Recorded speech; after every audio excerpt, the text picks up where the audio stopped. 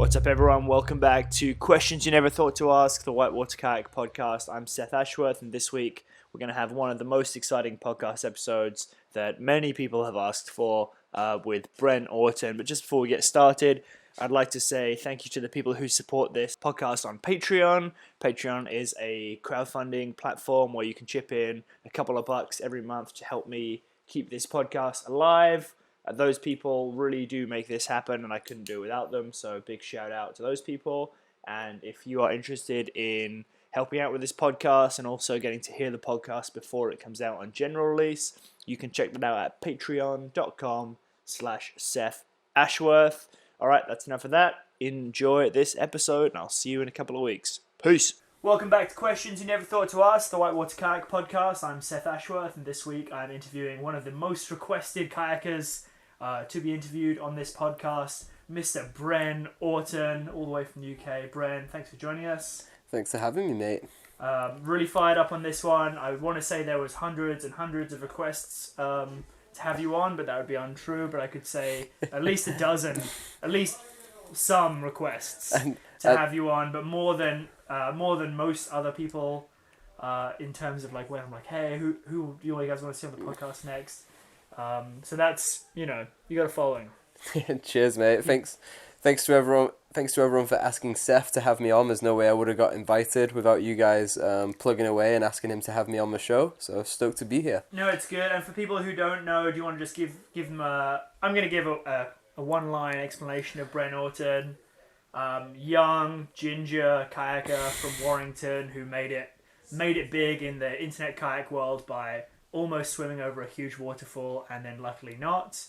And, a string of other achievements after this, but I would say that was the tipping point, breaking moment. Would you agree? No. Okay. Let's talk about that then. What do you think? What was the breakthrough moment of your kayak career? I think for me... Your digital kayak career, not your actual kayak career. I think for me, when I started getting known, or like people started hearing my name more, it was when I was on tour with Degeneres for the first time, okay. Which was when that swim happened towards the end of the first year tour with him. And I don't know, I wouldn't necessarily attribute the swim to the knowledge.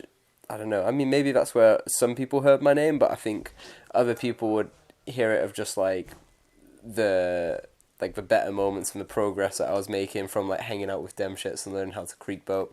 And then a few people definitely still bring that moment up, most specifically John Weld. I mean, it was a legendary save by Dave Facility. Yeah, but I can believe it.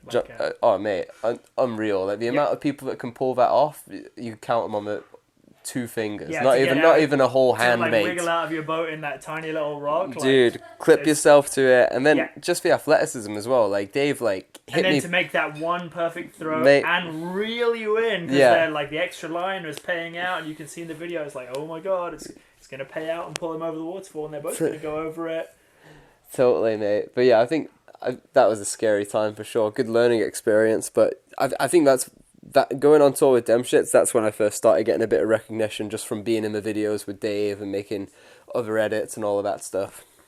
So I had a bunch of questions lined up here, and we got a bunch of audience questions to get into, and I just want to say thank you so much to everyone who contributed a question. Not all of them were in the theme of this podcast, questions you never thought to ask. Some of them were a bit too, what I would describe as on topic, and by that I mean like kind of the kayaking questions and the favourite rivers and kind of the usual interview stuff that if you Google Bren Orton interview, you can find out the answers for on your own. So if you sent a question that was more on topic, I'm sorry, it probably won't make it in here, but feel free to Google Bren Orton interview and most of the answers you can get there. We're going to skip ahead. I've got a bunch of things I want to talk about, but since we're just talking about the Degeneres van, traveling around in the Degeneres van seems like was like you said, a big breaking point for you, a big turning point. But what were some of the most notable like character building moments? What were the times where you're like down in the dumps, low on food, and where you're like, this is making me better? Like, what could you put one? Is there one experience you had with the Degeneres boys that was like, or Degeneres crew? Because you're like, yeah, some ladies there too. What can you tell us about that? Your most character building Degeneres experience? Mate, the Degeneres crew honestly looked after me so well, especially with the partnership with Piranha and everything like that. There were very few low points of that tour. Like what you were asking about, the not eating and stuff, that came when I was out on my own in Uganda and stuff, for like where food was a luxury and all that other fun stuff that goes with dirtbagging. With Demshit's tour, it wasn't necessarily glamorous in like lifestyle, but you know, there was always food. They were sponsored by a beer company at the time, so there was always beer to drink. It wasn't really like I was roughing it that hard. It was more just a struggle to keep up, because those guys and girls are all legendary kayakers, you know, Dave Facili and Masila brothers especially. And then I was also on tour with Matt Anger and Mike Patterson, who are epic kayakers, and I was the young buck. I'd never been in a creek boat before. I was just running so hard to try and keep up with those guys. That was the hardest thing with them shits, I would say. And just like, you know, the party scene that goes along with it. You know, those guys like to have a good time, and definitely a solid learning curve in partying. Yeah, I mean, it does sound like that's some strong character building moments. Like any time where you're immediately running because you know you're the weakest guy you're the weakest link in the chain, and if you're not working 120% to keep the chain, that is going to break. That's a stressful but like a good stressful, you know. And it's you can see how it's like how you made progress on that tour, and like that first tour and the second tour and the third tour. And you can see that like where you go from running to keep up in like tour number 1, almost swing over the big waterfall, to like tour number 2 or 3, where you're like, if you go back through those old YouTube videos, it's like you look a lot more solid and together, you know. Thanks, mate. I appreciate that. That's definitely when I view like a pivotal moment in my kayaking skill level, and just my viewpoints in kayaking and the type of kayaking that I want to do. Going on tour with them shits for 3 years was huge. Like it was a most insane learning curve, especially within creeking, because like freestyle, I'd already hung out in Nottingham for a long time. I'd already been to Uganda and surfed big waves, but creeking, I was literally just throwing myself at it and seeing what would stick. And it was definitely when I was on tour with them shits, I was surrounded by these these amazing kayakers with this great just atmosphere behind them. And there were very few times where Dave would tell me I couldn't do something, but he'd make me very aware of like what could go wrong.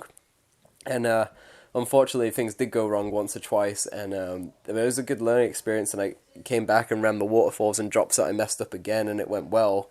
But it was definitely trial by fire for that first year or two at least. Yeah, I always think it's kind of it's like the worst end of the story, because going back to that original example we used, the like Hammer waterfall, it's like the next time you do it, you have a really great line, but nobody cares about seeing that clip. Like it's like I've only seen that clip one time, but I've seen you almost swim over it like a handful of times, and I think it's really sad that it's a lot of people are just happy to pick up that one negative, and they don't want to know the redemption story. Totally, mate. I mean, that says more to me about people's nature than anything else, you know? It's like people...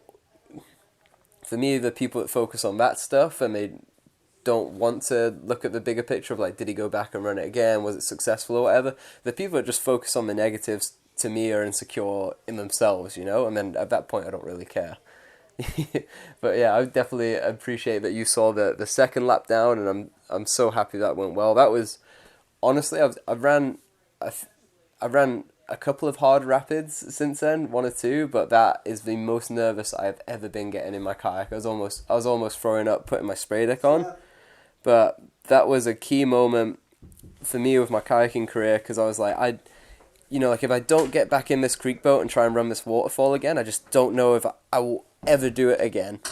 You know, like I think it would have been really easy for me to shy away from it and be like, well, I've tried this creeking and waterfall thing, and it's really scary. Yeah, that was your easiest out right there. Totally, it's like to not take it and to go back and to be like, yeah, I actually did it again a second time and was really successful in all these other areas. It is such a strong story that I'm like kind of disappointed gets overlooked so Thanks, often. bro. You know, I think those redemption stories are really sick. Your main mentor with them shits, Dave Facili, is still much physically stronger than you. How does that make you feel? And like, how was it having Facili as that kind of mentor, or still having him as that kind of mentor? Dude, it's amazing. Like, Dave is one of my best friends, and definitely the person that I look up to most in kayaking, and even in life. Just how Facili rolls through rapids and rolls through life is pretty inspiring to me, you know, because he's just a cool dude trying to have a good time with his best friends. That's all he's trying to do. He's not necessarily trying to go out there and like set waterfall records, but even though he's run some huge ones, and he's not, trying to ball out in lifestyle with, all the riches that come with that. He's just trying to have a good time with his friends, and he's anyone that's met Dave will know how amazing his personality is. But yeah, just a really great role model in just how he treats people, how he acts through life and the friendships that he has and how he manages to maintain them all. Because you'll have the same. Any kayaker that's been in the game for a while will have the same. You just meet so many awesome people. It's hard finding a way to manage that. And I think Dave crushes it. And, just kayaking style, especially, I feel like now I'm slowly catching up to him, but Dave has just such a floaty style through the rapids. Like the first time I went on tour with Dave, to get down a rapid, I would take 20 to 30 strokes. Dave would take 2, and then the next tour I cut that down a little bit, and the next tour I cut it down. Recent years, I cut it down even more, but Dave just like floats and rudders through rapids, and I find that style so sick. So he's still obviously much stronger than you. He's got mad old man strength. Well, mate, how does that make you feel? Mate, it's a bit tragic, really, because for a few years Dave wasn't hitting the gym that hard. He's still a big, strong, athletic dude, but I would say I was stronger in the gym. And then about a year ago, I was training really hard with Dave's little brother, and Dave was seeing us go to the gym late at night and all of this stuff, and he was like, yeah, I might get a gym membership, it could be fun. And he gets a gym membership like 6 months ago, and boom, all of a sudden he's benching like 250. He's repping out weighted pull-ups with like, I can't even throw a number at it. He's definitely channeling his old man strength in a way which, like, I'm sure must make you salivate with all the amount of time you spend in the gym.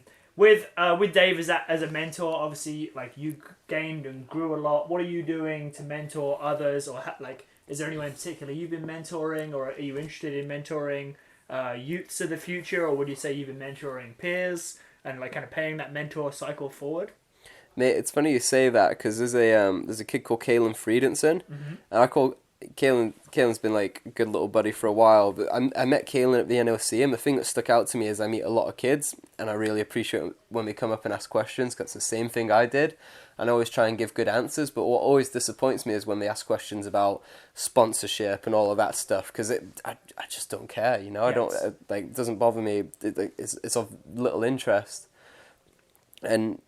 but Kalen came up and he's like, if I put my paddle further back towards my knees, will that give me more leverage for the pirouette of my phonics monkey? And I was like, yes it will. And you can also counter angle if you're struggling, or pre-angle if you're struggling with rotation, whatever like all these points. And it was just cool to have a kid that was so interested in doing tricks that nothing else mattered to him, and it was the same thing that I had, as like, I just want to learn how to do this move. I don't care about anything else, I've got my kayak that I'm in right now, I've got my paddle, that's all I need. What I really need is just to learn how to do this trick. Any tips would be hugely appreciated. And then the way that kid broke tricks down in his mind is honestly pretty similar to how I break tricks down. It's really analytical and unobjective, and it's like it's a different way of looking at doing the trick. It's really, he breaks down every single thing, like the paddle angle, the body position, the boat position, the force, all of that stuff, and I was blown away by that. And the kid was like 12 years old when I met him. He's 15 now, although I still call him 12 years old, but I call him Kid Future now. That's my nickname for him. But I'm trying to mentor him a little bit, not so much as mentor, but just be the friendly older kayaker that gives advice and tries to help him out when I can, which is everything Dave was to me. Yeah, I can say for sure that's working, because in Uganda he beat me in the Dead Dutchman motocross race by 1 boat length, and I was completely internally shattered that I couldn't let on to him at the time, to be beaten by a kid literally half my age. So I was 28 at the time and he was 14. Mate. It was harrowing to be basically pushing his kayak to the finish, but just not quite able to push hard enough to get him out of the way. Maybe. It was so I guess your mentoring's paying off then. That's cool to hear, man. I mean, that boat across anything can happen, and he actually beat me in that race as well. I will give my excuses now in case Kalen's listening, but I had a broken rib, and that's my main. Anything else you want to get on the table? I was tired. I hadn't eaten anything that morning. Yeah, I'm old. Uganda's really sunny. Harsh place for a ginger. Yeah, you're a ginger. How have you overcome your ginger disability to kind of maintain an outdoorsy lifestyle? And you're kayaking quite a lot, and obviously the sun is beating down on your fair skin and just crunching down in there. Getting crispy. What are some things you're doing to help? What can you advise to fellow gingers to overcome the sun? A lot of long sleeve t-shirts, some good sun cream, try and get the stuff that doesn't fuck up the ocean reefs. How do people know what that is? You can normally check on it. It normally says it. Like most companies that make stuff that doesn't fuck up the ocean reefs are pretty proud of it and display it on the back of the packaging, but it's just something to look for. And anything zinc I find amazing for like the hands and the face. That's huge, even though it makes you look like a huge dork. Well, not so much of a dork, more of like a clown. And yeah, hats and sunglasses. Yeah, I'm super pro. I'm pro zinc. Yeah, mate. I mean, it's cool because you put it on once, you're good for at least a day, if not 2 days, 3 days. Like, once you're grown up enough to have a beard, it gets stuck in your beard. You can have it in there 4 or 5 days. Like if you're not really active on your beard care, it's like it's all up in there. Nightmare. Oh, it's the worst. Going back to kind of kayaking media clips, you had a kayaking clip on the Ellen DeGeneres show, which for people who are not US listeners, it's like a really big daily talk show. It's like one of the biggest audiences in the US. I think it's like right after Oprah in terms of like that. It's like comparable in terms of daily viewership. Ellen DeGeneres is like a character who's like she has this like talk show, and you were like able, I don't know how it came about, to sell a kayaking clip to them. But the one it was one of the most middle of the road, in my opinion, lame kayak clips out there. It was like a front loop in Inlet Gate in HPP Nottingham, which is like, you know, you can see the same clip from 100,000 different people probably, and it would look very similar to the clip that you were able to get away with, to get on the show there very briefly.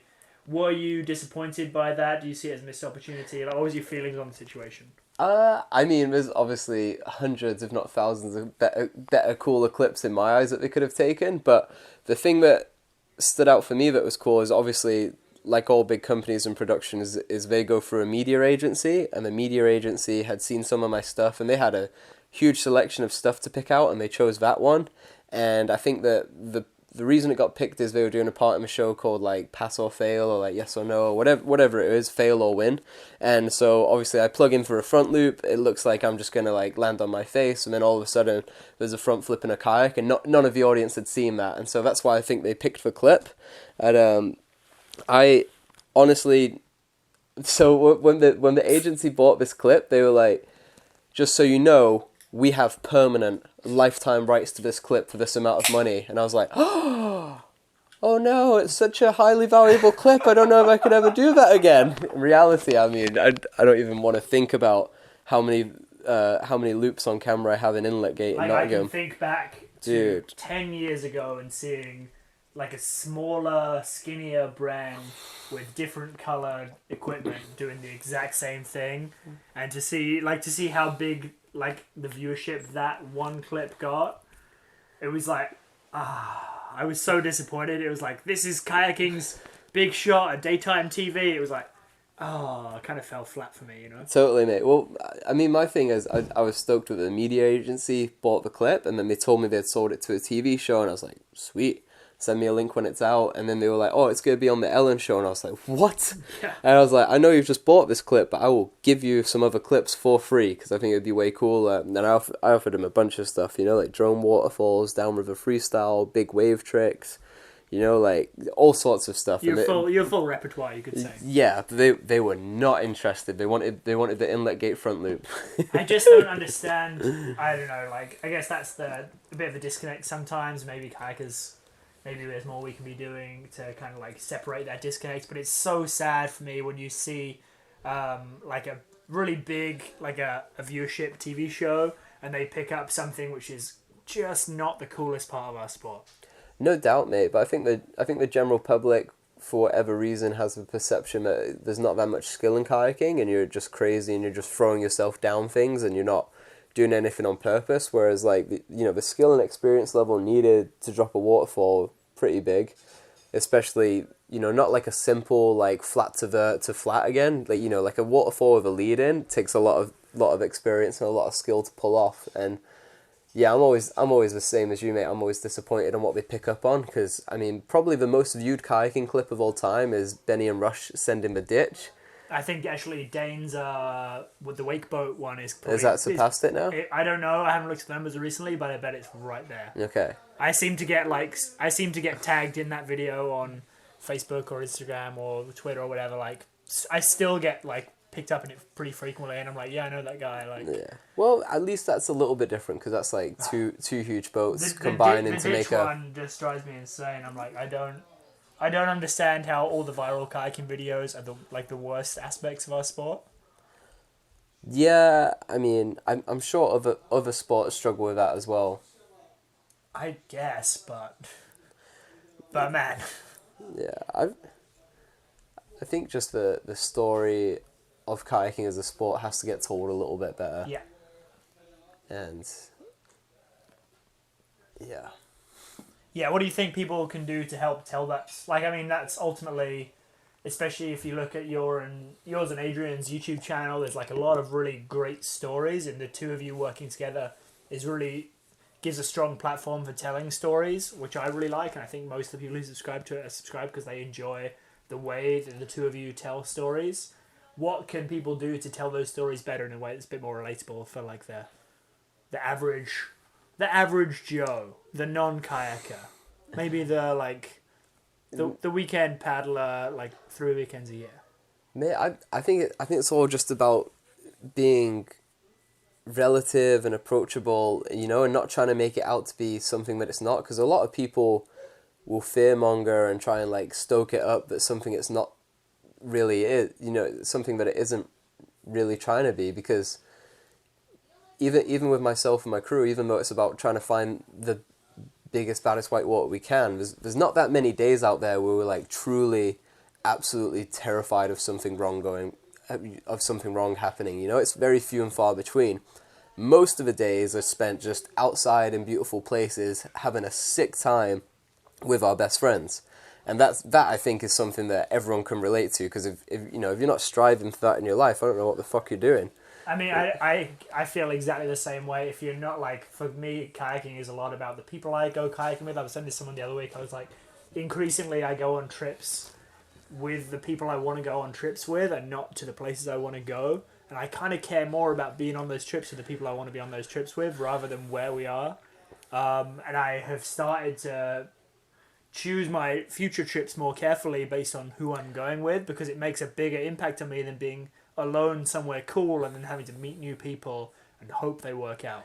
Mate, 100%. The people that you go on your trip with either make it or break it, and unfortunately you only have to go on that one trip where someone is a pain in the arse in group dynamics and just everyday decisions where you're like, nah, never again.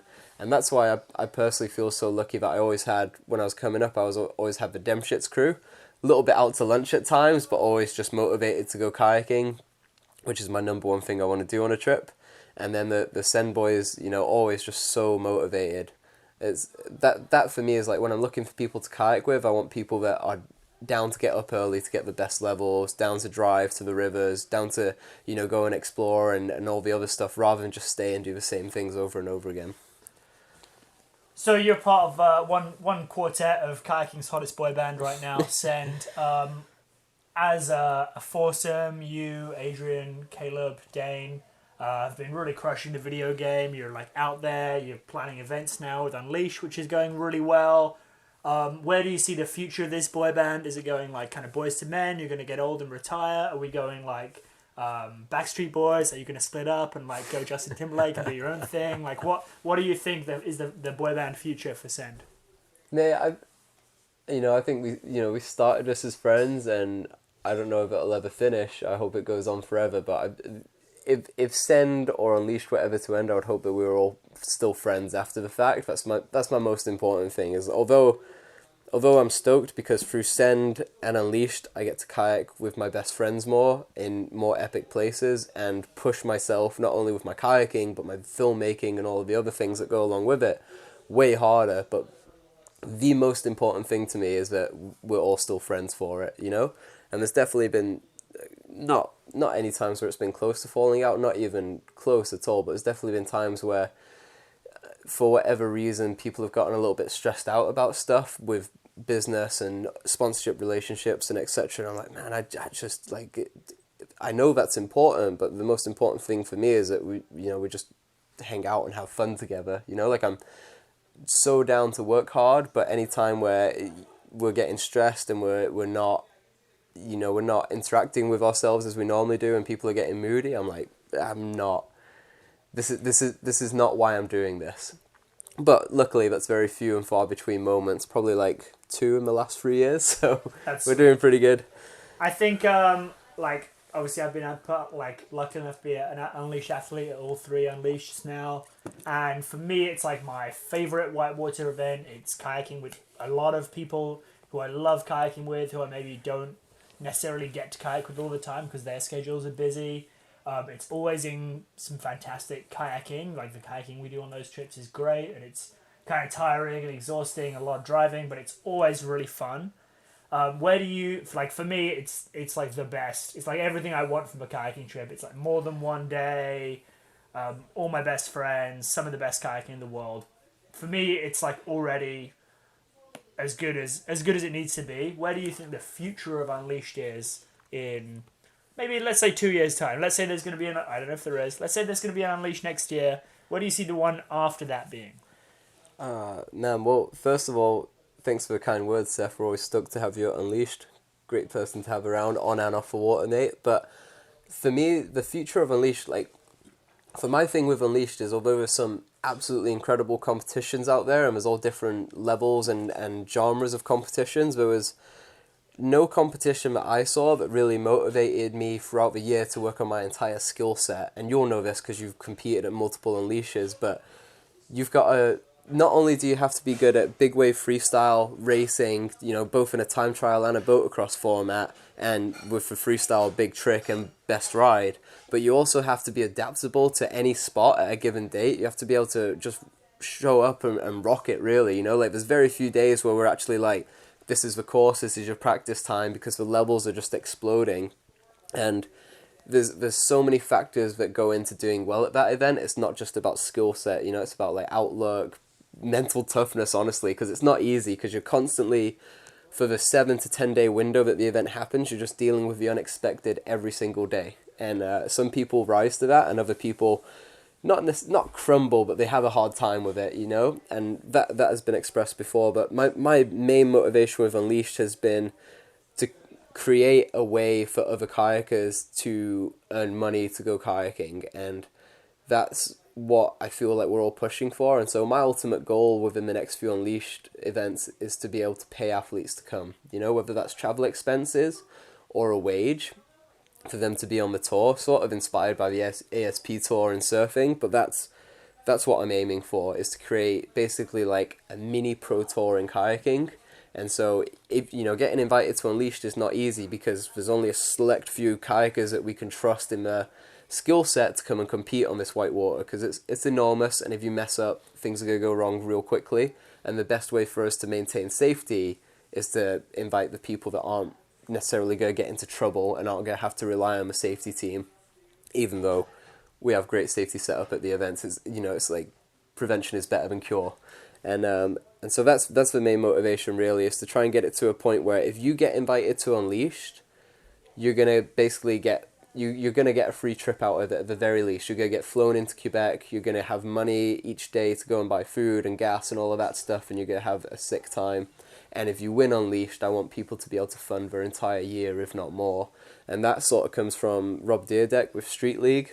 I don't know if you ever saw that, but he set up a sick skateboarding competition, and it's basically, it's hard, but it's super hard and gnarly. But if you can win Street League, then you can basically put down the deposit on your house. And that's the ultimate dream, is to create something that's accessible for people and a viable way for kayakers to make money. Because it's a hard game to make money through kayaking. And how do you think having a Kayakers Pro Tour will impact the sport of kayaking as a whole? I've got some ideas on this and thoughts, and I'll tell you afterwards.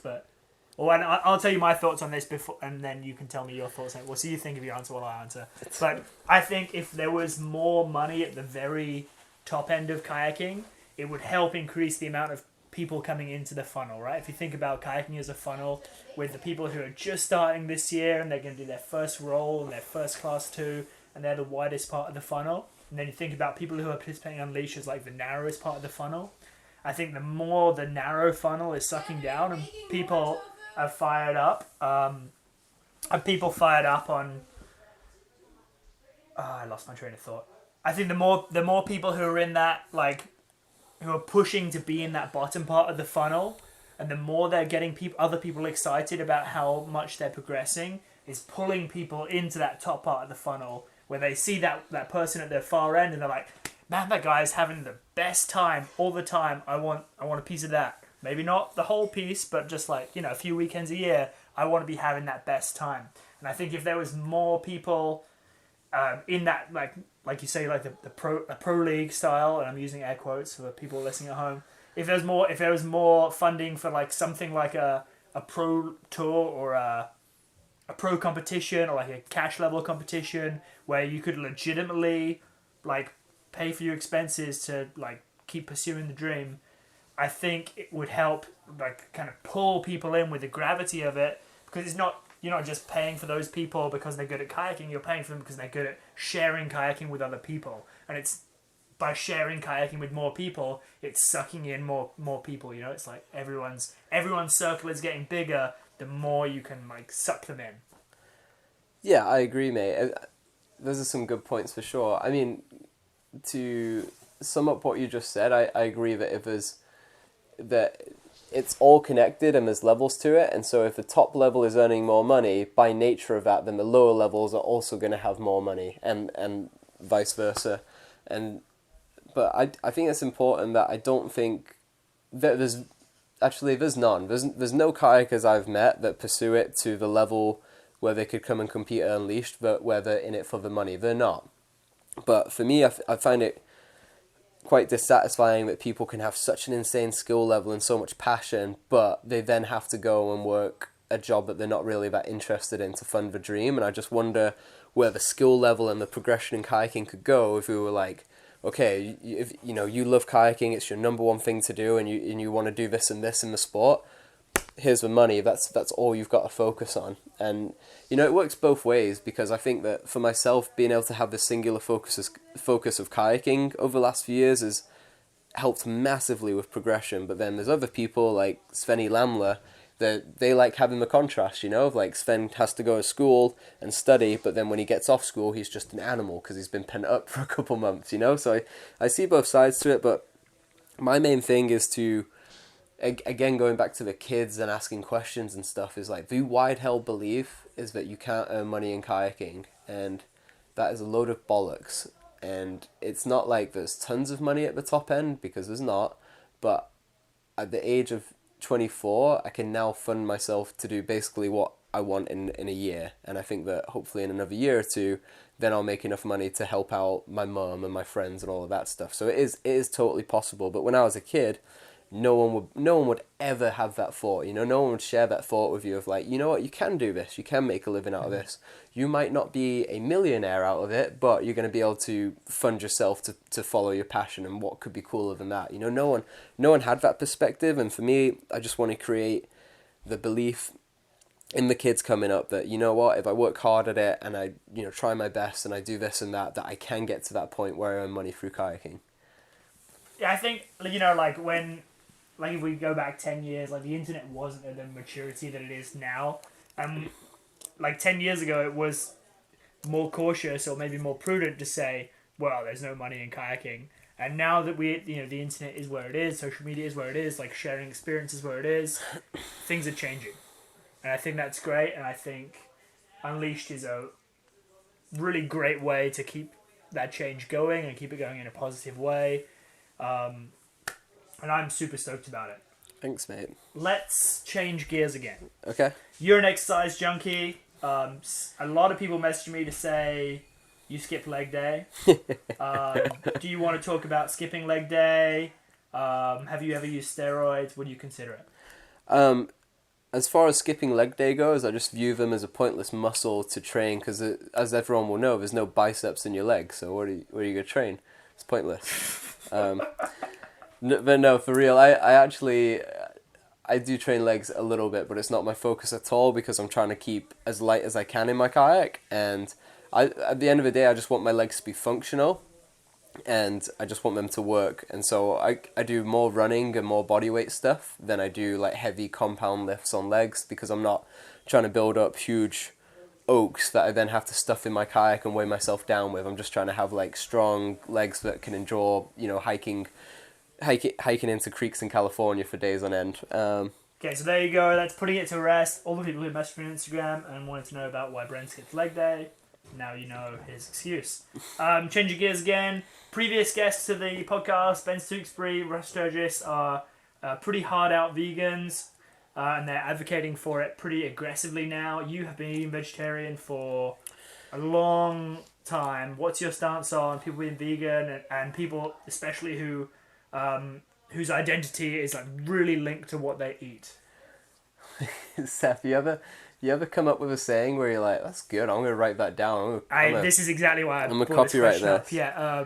No, I haven't ever brought up a saying I want to copyright, Bren. Why don't you tell me about it? Well, this is copyrighted to me. No one else is allowed to use it. Otherwise, you have to pay me $1 each time, like a similar game that you play. Oh, you're a tad, bro. I use this statement pretty often. Anyway, my statement on the whole veganism thing and vegetarian thing is that well, first of all, I should say it's a great stance to take for multiple reasons, but my belief is that you should never trust anyone that defines themselves by what they put in their mouth.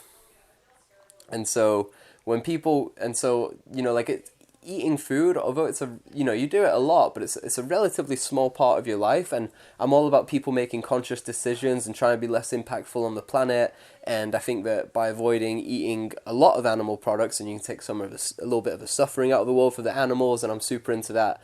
But that does not define who you are. It doesn't make you a good or a bad person.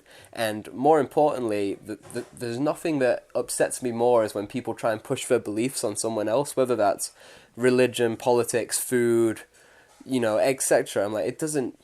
I'm like, if I had a question I asked you, it'd be different. But when you come up and tell me that without asking, then I'm sort of inclined to just, instinctively, I'm like, even if you're making good points, because I haven't asked and you've tried to force it on me, I'm just, my hackles are up and I'm like, nah, fuck you and your points, fuck that, and I just, maybe that's my nature, but I think a lot of people share that points, and that's why I never really identify as being a vegetarian or a vegan or whatever, because my thing is, I eat exactly what I want to eat, I just don't eat meat, and I really limit the other foods that I eat, because I'm trying to be less impactful on the planet. But it doesn't define me, it doesn't define anyone. I'm just, me personally, that's what I'm trying to do. I'm trying to, because my carbon footprint sucks from all the traveling I do, I'm trying to look at other areas in my life where I can help minimize it. And my biggest thing with the whole diet thing is that, especially in school, I got brought up on probably the same things that everyone got taught is like, you need carbohydrates for energy. Carbohydrates come from pasta. You need meat for protein. Protein comes from meat and eggs, but that's it. Some milk, but not vegetables, and you need this amount of protein and all of that stuff. And the thing that really made me turn to a diet that doesn't have meat in it is living in Uganda and hanging out with the local boys like Yusuf, Sadat, Musa. And for people that haven't been to Uganda, the local safety kayakers are jacked. Like, they're beyond jacked, dude. They're massive, super strong dudes. Like, I feel like every time I speak to them, I don't upset them because they might rip my arms off like a Lego character. Yeah, mate. Luckily they're super friendly, but like they honestly they look like Hercules. They look like some sort of Superman. They're absolutely jacked and just so shredded. It's insane. And so hanging out with them, I was like, damn, I wanna look like these guys and be as strong as these guys. I was like, okay, cool. So you kayak all day and you train in the gym and you go running. I'm like, okay, cool, I'm down with that. And then what do you eat? And a lot of the times they're just eating rice and beans, meat here and there on rafting trips, but a lot of it is just rice and beans. And I was like, okay, I'm going to take that. Give me my bowl of rice and beans. That's what I'm going to do. And my biggest thing is everyone talks about switching diets, how they feel better and all of that stuff. And there's definitely, points to that make sense, because if you eat more vegetables, you're taking in more water. If you're more hydrated, you're going to feel better, all the vitamins. But my thing is, when I ate meat, I felt pretty healthy. And when I was eating a diet with meat, I feel like I was eating pretty healthy. And when I switched to a diet without meat, I feel like I was eating pretty healthy. And I noticed no difference whatsoever in how strong I was, or how fat I was, or how I felt in the general life or anything. I noticed no difference, and that was when I was like, yep, this works. I'll keep doing this. An interesting thing, like I spoke about with Benny Moore about on like healthy eating and exercise and stuff a few podcasts ago, and he was like, the biggest change you can make is just eating better quality food, and whether that's like with meat or without meat. Like if it's not processed, it's going to be better for you, and if it's like not covered in chemicals, it's going to be better for you. And it's not rocket science. It's just like stop buying all that shit that's packaged and then start eating stuff that's like real food, and you'll see a difference. Mate, 100%, I agree with that. And also, you know, you don't have to live your life by a code necessarily, you know? Like, for me with my kayaking, what makes me happiest about is that, like, it doesn't fit inside a box, you know? You can't be like, oh, he's a freestyler, or he's a waterfall kayaker, or he's like, or he's big waves or anything, you know? It's like, I do whatever the fuck I want in my kayak, and I think that's how people should live their life, you know? A little bit of moderation in their diet is great, but you don't have to be like, oh, I only eat this and I only eat between these hours. Like, you know, I think being flexible is wicked. I think that's what makes you ready for Unleashed, just to be flexible. Dude, no doubt. All right, last question from me, and then I've got a bunch of guest questions, and we're going to call this a day. A big figure in your life is your nan. She features pretty frequently in some of your stories. My absolute favourite Instagram or Facebook post is where your nan is watching horrified at a Norway video, like completely in terror, and and you're sitting right there with her, and she knows you're safe, and she's still terrified for you. What is the most useful thing your nan's ever said to you? If you had to sum it up in like one takeaway moment, like my dad's one to me would be like, "Pee when you can, not when you have to." But I don't, like, my dad's a wise guy. Like, yeah, totally. What, your nan's an important figure. What do you think? Just if you had to sum it down to like one or two things. Mate,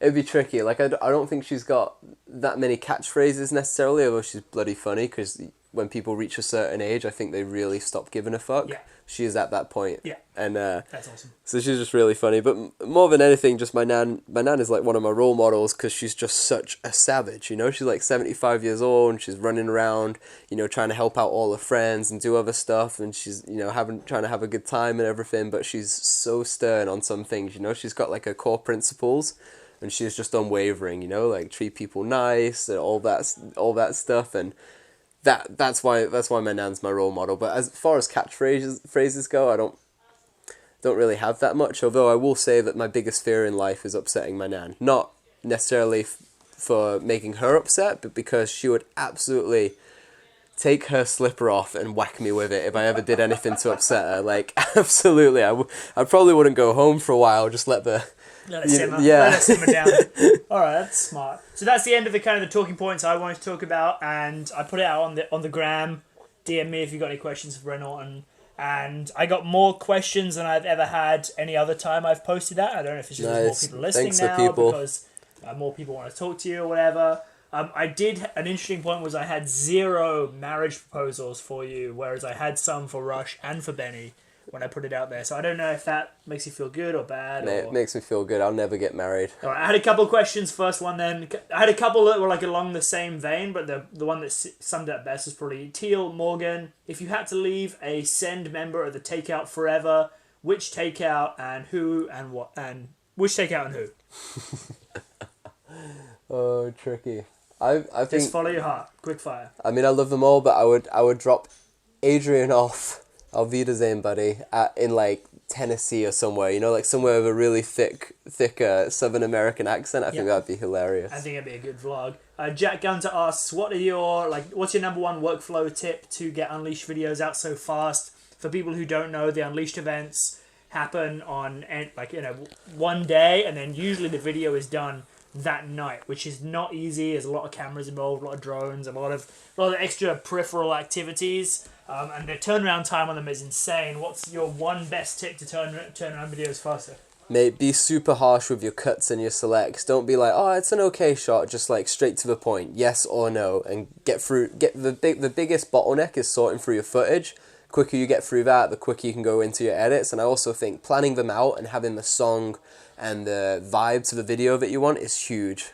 Okay, that's a good one. Lenny Joa asks, can you change the spelling on the sender's YouTube intro to correct from efficient to efficient spelled correctly? Well, it's technically efficient at the moment, which is it's French. My mum emails me about it constantly, and I'm like, Mum, he's not going to change it, but mate, I'll tell him. You know how I was on about like kids asking questions. Yeah. You know, so I look at my notifications, I'm like, cool, people are commenting on my YouTube videos, and it's like, efficient is spelt wrong. And I'm like, oh god, this is a lame comment. But I appreciate that people point it out. I would love to lie about it and tell people that it's like a, you know, in jest, that we're so efficient we can't even spell efficient right, you know, but it's totally not the case. And me and Adrian put that together a while back now, and it was late at night, and I looked at it, I spell checked it on the on After Effects, and I was like, yep, all looks good to me. And Adrian looked at it, but obviously English is his second language, and we're like, cool. And then someone pointed it out to us like the next day that we used it. We were so proud of our YouTube intro, and someone pointed it out, and we were like, oh fuck. And, I mean, it's one of the things I get messaged about frequently, and like, I don't run your YouTube channel. You know, it's like, it's your channel. You like, it's your things. Why are you messaging me about his things? Like, I can't help you. I don't know what Donald Trump's doing. Why are you messaging me about that? Totally, man. Next question coming from my recently departed back to Austria sidekick Andy Brunner. He asks, "What's your bra size?" That's a little joke. You don't have to answer that one. I just thought it was pretty funny. 47-inch chest. Going train. Sam Every day is chest day. Have you ever been sick paddling at HPP? Lots of people can't paddle there. They can't stomach it. HPP is the Nottingham Whitewater course in England, where you spend a lot of time, where I spend a lot of time. I know I personally have already been sick there, like maybe 1 or 2 times. But I do feel like I have more iron constitution than some people. I know some people really struggle with it there. Have you ever struggled? I think in 10 years of kayaking there, I've gotten sick 3 times. First time I was really sick, and then I was immune. I never got sick after that for like 8 years, and then I took a little bit of a break from kayaking in Nottingham, and it was big day. The quality of water is always worse after a heavy rainfall. And it was absolutely filthy. I went out there and I was like, yeah, I'll be good. I'm immune to this, you know. I'm invincible. And it absolutely took me out for a few days. So yeah, I mean, I have gotten sick from there, but it's nowhere near as bad as people make out. And I think it also gets a reputation from the National Student Rodeo. You know, like students go drink every piece of alcohol in sight, and then obviously throw up and feel rubbish for a few days, and we're like, that Trent water, you know, it was nothing to do with the 12 shots, 6 beers, and five vodka drinks I had. It was breakfast. Yeah, it was the water quality. I remember being a student there. It was a boozy time. Ollie Surf 22 has a 2-part question, but I only want you to answer the second part. Dude, Ollie Surf rocks. I know him. Part 1: Why did Bren unfollow me? Part 2: How long did it take to make Unleaded Quebec happen? And I assume that's a spelling error to mean Unleashed Quebec. But just how long did it take from idea seed to like 2017 idea fruit? I'll answer the first question. Ollie, you rock. If I unfollowed you, it's because I followed too many people and I was sick of random stuff popping up on my account. And then I basically tried to unfollow everyone and refollow people. I will refollow you the next time I look at my phone, which will probably be in the next 10 seconds. And anyway, Unleashed happened. We had talked about it for a while because there was an amazing event called the Whitewater Grand Prix, which is sort of the starting point for this. It was amazing. For various reasons, the Grand Prix stopped happening, and we waited a long time to see if the organizer would bring it back, and unfortunately it didn't, and it didn't seem like there was ever going to be a point where it would come back, and we were like, well, fuck it, we'll do our own event out here, because the Whitewater is just of a different breed out here. And so it was probably about 8 months from the time that Sen started, and we talked about doing an Unleashed event, to the first Unleashed. It happened so fast, it was wild. And Seth, you were there that first year. It was such a cool year to me, because it was definitely like... It was the perfect... I couldn't imagine a more perfect water levels year that just always seemed to work out exactly right. Like, every time we'd arrive at a place, it'd be like, it's too high or too low, but then the day of the competition, it would be perfect flow. Like, perfect flow for Ruins Wave, which like, some years Ruins Wave comes in 4 days for the whole year. Totally. And it happened to be the day that you were planning competition. It was perfect. Great flows for Bodacross on the Rouge, which is a wider window than some of the others, but still, like, really great. That it kept panning out, like, the day we arrived. Perfect flows for Bass Cachet, Giant Slalom Race, and it was tons too high. 12 hours before we raced. It was like, I don't know if we're going to race here, but be here at 10 o'clock tomorrow morning and we'll find out. Like, And then it was perfect. And then the last day we paddled a big trick competition at Molly Wave, which literally I have spent I have weeks of my life waiting in the parking lot of that wave for it to come in because it's too low or too high. And we arrive and it's a perfect flow, but with heavy ice. And after an hour of waiting, it was perfect. I couldn't fathom how this 1 week of event it was even physically possible, because it never happens. Like, I have separately, I've wasted weeks of my life for each of these places waiting for the level to be correct, and then we just roll through like a big crowd of 30 people and everything's great. Yeah, mate, I think the universe just really wanted that event to happen. And the coolest thing to me is just how much the athletes got behind the event, because we were definitely I know we're pretty young, but this is a cool idea, and if we all come together and work at this, we can make something cool happen.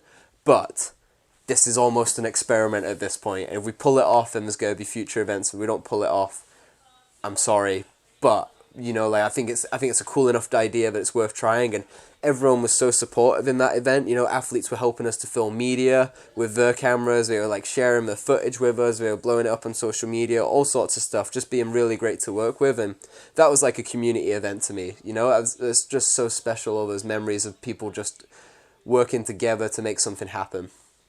I agree 100%. Last question then from the audience, from Matt McDermott. Who would win in a fight between Send and Torrid? Torrid's another boy band, kayak boy band. Dude, I like the Torrid kids. They're wicked, but they're not even close to the strength level of myself or Adrian alone.